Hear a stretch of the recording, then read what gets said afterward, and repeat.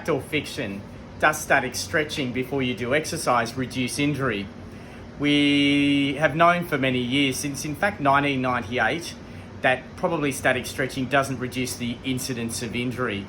It's a norm that your mother and father used to tell you to statically stretch before you did exercise, because that way you reduce the likelihood that you'll injure yourself.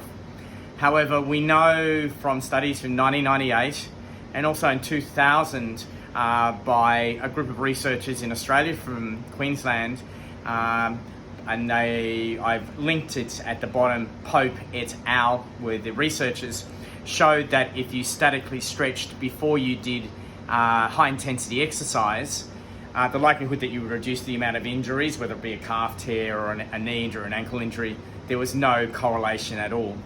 These were done in two large groups of army recruits of about 1,000, where they divided them into two groups. One group did no stretching, the other group did stretching, and they followed them over a good period of time with high intensity exercise. And they found that there was no correlation with the injuries that were produced. So the norm of statically stretching to reduce injury, we challenge the use of that and have done now for up to almost 25 years.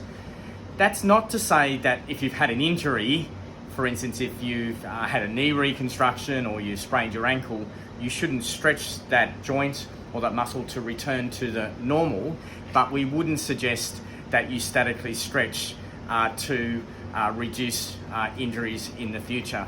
And so consequently, from my perspective, this dispels the myth that static stretching helps reduce injury.